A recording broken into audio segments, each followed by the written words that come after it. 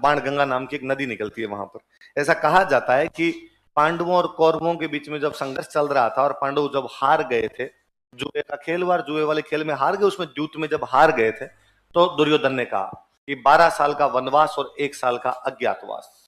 12 साल का तो वनवास और 1 साल का अज्ञातवास का मतलब है कि उसके अंदर तुम किसी को दिखाई नहीं दोगे, उसके अंदर किसी को, यदि तुम्हें उसमें देख लिया गया तो वापस 12 साल का वनवास और 1 साल का। पांडवों ने जैसे तैसे अपने 12 साल का वनवास काटा, अब 1 साल का अज्ञातवास आया तो कहां जाए, और कहा कि 500 भाई साथ साथ में रहेंगे, तब तो किसी को भी डाउट हो जाएगा अपने ऊपर। तो 500 भाइयों ने अलग अलग वेश धारण किए और विराट नगर आ गए। कहां पर आगे, यहाँ राजा विराट राज करते थे, राजा का नाम विराट था इसलिए जगह का नाम ही क्या पड़ गया, विराट। राजा विराट की नगरी में 500 भाइयों ने आके अलग अलग नौकरी कर ली।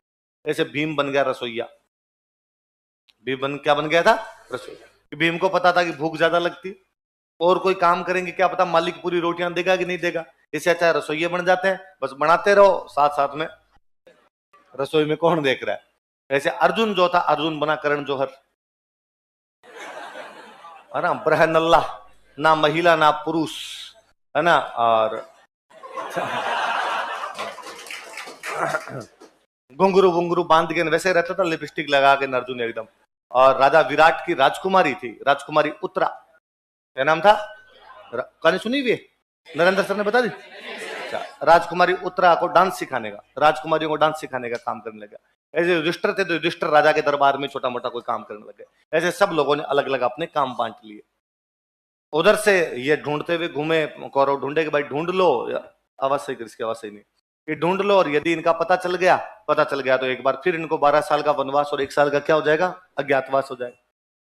द्रोणाचार्य को पता चला, कौरवों के गुरु कौन थे, द्रोणाचार्य। द्रोणाचार्य को पता चला कि आजकल पांडव कहां पर रह रहे हैं, विराट। और उसने कहा कि दुर्योधन वो विराट नगर में है।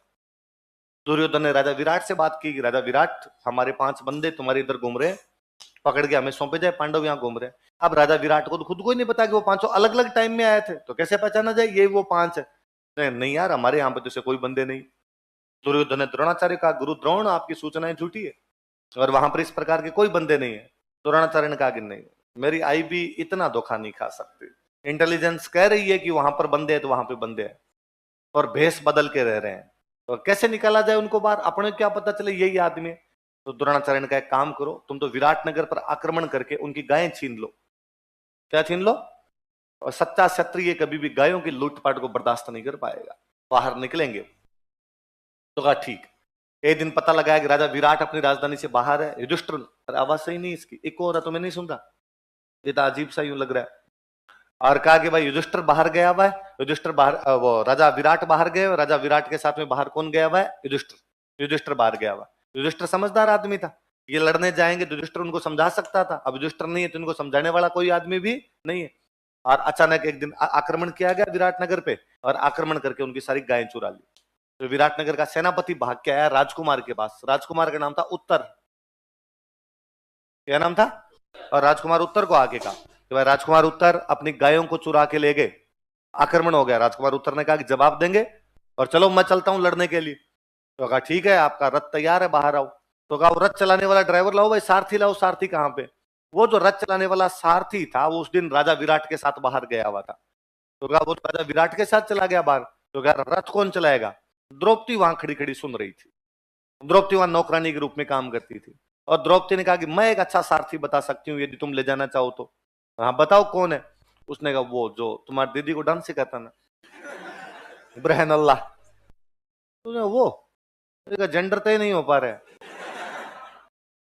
वो रथ चलाता है। अरे मैंने सुना था एक दिन, और वो कह रहा था कि मैं पहले किसी राजा के रथ चलाने का काम करता था, ये प्रोफेशन चेंज किया उसने अब तो। बुलाया अर्जुन को, बुला कहा भाई तुम रथ चला सकते हो। अर्जुन ने कहा, अर्जुन लेके गया उसको, पूरी विराटनगर की सेना लगी हुई, राजकुमार उत्तर खड़ा, सामने कौरवों की सेना खड़ी, वो जो अर्जुन है वो उसका रथ चलाए। सामने से कौरवों ने तीरों की बारिश की, कौरव महाबलशाली योद्धा थे, जैसे तीरों की बारिश हुई राजकुमार उत्तर ने उत्तर दे दिया। राजकुमार उत्तर घबरा गया, और राजकुमार उत्तर वहां से उसने अर्जुन का रथ मोड़। तो अर्जुन ने कहा लड़ यार, ऐसे क्या कर रहा है। उसने कहा तू यार रथ मोड़ ले। मैंने कहा जो ऑर्डर दिया वो कर ले, नहीं लड़ाई होगी, सामने मुकाबला जोरदार है। तो अर्जुन ने कहा तू बैठा रहे, मैं लड़ लूंगा। उसने कहा है अपने मतलब काल मरी आज भूतनी होगी।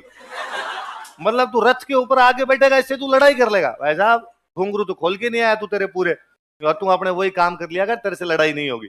और जब अर्जुन ने रथ नहीं मोड़ा तो राजकुमार उत्तर रथ छोड़ के भाग गया। वो भागा तो अर्जुन उसके पीछे पीछे भागता और उसको पकड़ता है। अर्जुन ने कहा मूर्ख, मैं अर्जुन हूं और ये सब ढोंग है, तू तो बैठ जा, केवल वहां पे तू बैठा रहेगा तो मैं लड़ाई कर लूंगा।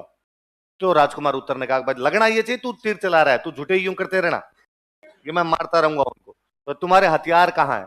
तो कहते हैं अर्जुन जब घुस रहा था विराटनगर के अंदर तो अर्जुन के तीर कमान का नाम क्या था? गांडीव। उसका जो धनुष था, तो उसने अपना जो गांडीव धनुष था वो बाहर एक पेड़ पे टांग दिया था। एक बरगद का पेड़ था उसके ऊपर टांग दिया था। और उसने उस दिन कहा था कि हे धनुष देवता, मैं तुझे 12 महीनों के लिए आज यहाँ पे टांग के जा रहा हूँ। सर्दी गर्मी बरसात पता नहीं किन किन ऋतुओं का तुम्हें सामना करना पड़ेगा। यहाँ तुम बाहर पड़े रहोगे, धूल जमेगी तुम पे, बरसात की बूंदी आकर गिरेगी, तुम अपवित्र हो जाओगे। इसलिए जब भी मैं तुम्हें वापस चलाऊंगा तब गंगा नदी में धो के चलाऊंगा, इसलिए तुम पवित्र भी हो जाओगे तो मैं तुम्हें वापस क्या कर लूंगा? पवित्र। अब अर्जुन उस बरगद के ऊपर से अपना गांडी उतारने की कोशिश करे, ऊपर हाथ लगा के उतारना चाहे, कहते बरगद का पेड़ ऊंचा हो जाए, वो गांडी उसके हाथ नहीं आए, वो जाए और ऊपर हो तो वो थोड़ा और ऊपर हो जाए। तो अर्जुन को लगा कि यार ये समस्या तो गंभीर भी। तो अर्जुन को याद आया कि मैं यहाँ कह के गया था कि मैं तब तक नहीं चलाऊंगा जब तक आप गंगा नदी में धो नहीं लूंगा। और बाण देवता धनुष देवता मुझे कहना चाहते हैं कि गंगा कहाँ? अब तू यहाँ चलाने के लिए मुझे लेके जा रहा है, चलाएगा कैसे? अपवित्र हाथों से इसको किस प्रकार चलाएगा तू? और अर्जुन ने वापस एक बार हाथ जोड़े कि हे धनुष देवता, आप मेरे हाथों में आइए, मैं वास्तव में आपको पवित्र करके चलाऊंगा। बरगद नीचा हुआ, अर्जुन ने गांडी हाथ में लिया, वहां पे पहला तीर मार के उसने धार निकाली नदी की। कहते बाण से गंगा निकाल दी, इसलिए नदी का नाम है बाण गंगा। नदी का नाम क्या है? बाण गंगा। अर्जुन उसके अंदर धोता है। अर्जुन बाद में जाके वहां पर रथ पे बैठता है, उत्तर को कहता है तू यहाँ पे बैठा रहे। और अर्जुन जैसे पहला तीर चलाता है, पहला तीर चलाते द्रोणाचार्य ने कहा अर्जुन है, कौरव का नाना, वो तो राजकुमार उत्तर बैठा हुआ है और कोई दूसरा एक बंदा और है। द्रोणाचार्य ने कहा मैंने कहा ना अर्जुन है ये, आप कैसे पता चला? उसने कहा नोट्स मेरे हैं।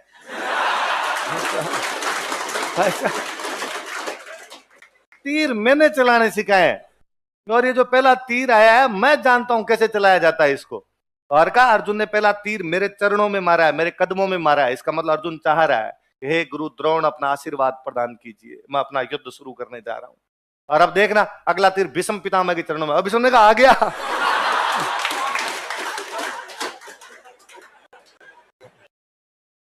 अर्जुन उस दिन क्या लड़ता है वहां पे, क्या भयंकर वाला लड़ता है कि अकेला अर्जुन कौरवों की सेना के छक्के छुड़ा देता है। उस दिन कौरवों की सेना तितर बितर भागती है वहां से। गुरु द्रोण को अर्जुन पकड़ लेता है। गुरु द्रोण को अर्जुन जब पकड़ता है तो गुरु द्रोण अर्जुन को कहते हैं कि अर्जुन अब पकड़ने का और हमारी सेना भागने का कोई लाभ नहीं है। हमने तुझे अज्ञातवास पूरा होने से पहले देख लिया है। अज्ञातवास 14 के दिन कंप्लीट होना था। कब कंप्लीट होना था? जिस दिन पकड़ा गया वो 8 दिन पहले की बात है, षष्ठी थी, वो छठ थी, क्या थी? तो हमने आज पकड़ लिया है तुम्हें, और अब हम कहेंगे कि सब अज्ञातवास में तो 8 दिन बाकी पड़े थे, हमने देख लिया था। अर्जुन ने कहा कि गुरु द्रोण ये कौन बताएगा कि मैं अर्जुन हूं? कौन इस बात की पुष्टि करेगा? द्रोण ने कहा मैं करूंगा, मैं कहूंगा तूने मुझे पकड़ा था। उसने कहा मैं मार दूंगा अभी, वरना हाँ बरोगे जब दरबार में आपसे पूछा जाएगा तो आप कहोगे कि नहीं हमने अर्जुन को 14 के दिन देखा था, अर्जुन को छठ के दिन नहीं देखा था। तो गुरु द्रोण ने कहा भाई ठीक है, तू कहेगा वैसे मार तो मत कम से कम। इधर राजकुमार उत्तर वापस आया वहां से लड़ाई से। राजकुमार उत्तर तब तक विराट आ गए थे, युधिष्ठिर और विराट बैठे बैठे खेल रहे थे। और राजा विराट को जाके उत्तर ने कहा कि युद्ध हुआ और हम युद्ध जीत कर आए। किसी सेनापति ने जाके कहा युद्ध हुआ, युद्ध हम जीत कर आए। तो राजा विराट को तो इतनी जानकारी थी कि राजकुमार उत्तर सेना को लेके गया हुआ है। तो राजा विराट ने कहा कि जहां मेरा बेटा उत्तर जाएगा वो युद्ध नहीं जीतेंगे तो कहां जीतेंगे? युधिष्ठिर पास में बैठते, युधिष्ठिर ने कहा ये युद्ध बरहनल्ला ने जीता है। किसने जीता है? तो राजा विराट को इतना गुस्सा आता है, राजा विराट उसके वो खेल रहे थे, वो चौपड़ वाले पास थे, वो खींच के मारते हैं, युधिष्ठिर का नाक तोड़ देते हैं। शर्म नहीं आती तुझे? तो मेरे राजकुमार के लिए इस प्रकार की बात करे और तुम करे वो बरहनल्ला वो युद्ध जिता के लाएगा? इतने में राजकुमार उत्तर खुद आया और राजकुमार उत्तर ने कहा कि डैडी ये अर्जुन है। हाँ अरे रुक जा रे, कहानी सुनाने दे, पानी टपक रहा है इसके, घाव हो रहे हैं पानी में तेरे। तुम ठीक हो यार, यहां का अर्जुन में घूम रही है जनता, यहां गंगा जी धरती से निकल रहे हैं, पानी टपक रहा है। वाह रे वाह, मठ मार देते हो बात का पूरा। करो रे इनके पानी ठीक करो पहले। पश्चिमी राजस्थान लोग पानी देखा हुआ है नहीं, टपक गया ऊपर से कहीं से। तो हाँ, तो उसने आगे कहा, उत्तर ने आगे कहा कि नहीं भाई वो अर्जुन है, बरहनल्ला नहीं है। और राजा विराट को जब इस बात का पता चलता है कि भाई ये बरहनल्ला अर्जुन है, ये युधिष्ठिर है, ये भीम है, तो राजा विराट बड़े राजी होते हैं। राजा विराट कहते हैं कि भाई मैं मेरी राजकुमारी उत्तरा की शादी अर्जुन से करूंगा, कि भाई मैं मेरी राजकुमारी उत्तरा की शादी अर्जुन से करूंगा। राजकुमारी उत्तरा की शादी किससे करूंगा? अर्जुन मना करते हैं। अर्जुन ने कहा भाई एज गैप नाम की भी चीज होती है, राजकुमारी उत्तरा टाबर है और मैं इसका गुरु हूं। और उन्होंने कहा कि भाई इसकी शादी मेरे बेटे के साथ कर दी जाए। तो बाद में अभिमन्यु के साथ उत्तरा की शादी की गई। अभिमन्यु के साथ किसकी शादी की गई? अभिमन्यु का नाम तो सुना ही है। तो अब वो इनका अज्ञातवास कंप्लीट होता है। यहाँ पर अज्ञातवास कंप्लीट हुआ तो ये पहुंचे दरबार में। दरबार में पहुंचते दुर्योधन को जाके युधिष्ठिर ने कहा कि दुर्योधन 12 साल का वनवास और 1 साल का अज्ञातवास कंप्लीट करके आ गए। कंप्लीट होता है यहाँ पर अज्ञातवास कंप्लीट हुआ तो ये पहुंचे दरबार में। दरबार में पहुंचते दुर्योधन को जाके युधिष्ठिर ने कहा कि दुर्योधन 12 साल का वनवास और 1 साल का अज्ञातवास कंप्लीट करके आ गए, अब बताओ क्या आज्ञा हमारे लिए, राज्य का बंटवारा किस प्रकार करोगे? दुर्योधन हंसा। दुर्योधन ने कहा कि आगे समझाएगा, हमने आपको अज्ञातवास में देख लिया था। किसने देखा? कि गुरु द्रोण ने देखा। किसको देखा? कि अर्जुन को देखा। तो पूछो गुरु द्रोण से। गुरु द्रोण ने कहा ना, मैंने अर्जुन को छठ को नहीं देखा, मैंने अर्जुन को 14 को देखा था। किसको देखा था? गांव में आज भी कहते हैं कि कुण छठ की 14 कर दे, अर्जन कर दे।